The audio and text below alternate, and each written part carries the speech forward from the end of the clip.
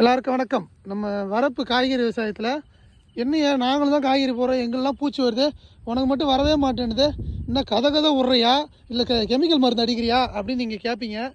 இல்லைங்க, நம்ம எதுவும் அடிக்கலை. பார்த்தீங்கன்னா இந்த கத்திரிக்காய் நல்லா தான் வந்துட்டு இருந்தது. கத்திரிக்காய் முள் கத்திரி பார்த்தீங்கன்னா இதுலேயே எவ்வளோ பூச்சி பாருங்கள், உங்களுக்கு தெரியுதுன்னு நினைக்கிறேன். இந்த தள்ளுறேன் பாருங்கள், போகிறாங்களா? மற்ற கத்திரிக்காய் இது மற்ற தக்காளி மிளகாவில் கூட அந்தமாரி பூச்சி வரல, ஆனால் இந்த பேனு பூச்சி இருக்குது பாருங்கள், இது ரொம்ப அதிகமாக இருக்குது. கத்திரிக்காயில் தான் இருக்குது. இது என்னையா பண்ணுறது அப்படின்னு கேட்பீங்க. இதுக்கு நம்ம என்ன பண்ண போகிறோம், இதுக்கு என்ன மருந்து அடித்தா சரியாகும் இயற்கையில் அப்படின்றத காட்டுறவாங்க.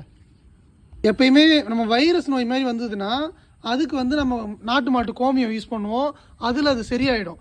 ஆனால் இந்த மாதிரி பேனு மாதிரி இந்த வெள்ளைப்படிஞ்ச பூச்சி மாதிரி எதாவது இருந்ததுன்னா அதுக்கு சூப்பரான இது முட்டை அமிலம். இந்த முட்டை அமிலம் என்ன பண்ணும், இதில் இருக்கிற அந்த ஆசிட் ஃபுல்லாக கொண்டுடும். இது ஒரு 10 ml கப்பு.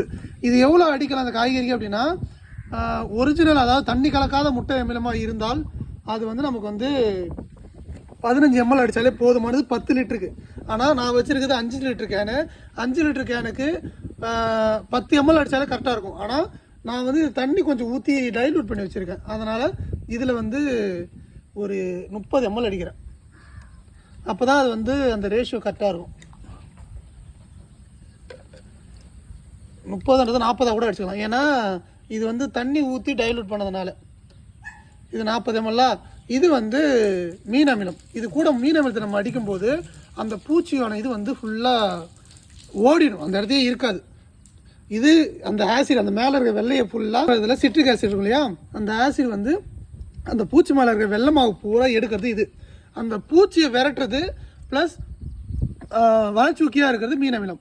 இது பிடிக்கிறது காலம் இல்லை, அதனால் நானே எடுக்கிறேன், கொஞ்சம் வெயிட் பண்ணுங்கள். மீன் அமிலம் காய்கறிக்கு 50 ml அடிக்கலாம். ஆனால் நான் இதுக்கு என்ன பண்ணுறேன்னா, இது தண்ணிலாம் எதுவுமே கலக்கலை, அதனால் இதை ஒரு 25 ml அடிக்கலான்னு இருக்கேன் 5 லிட்டருக்கு.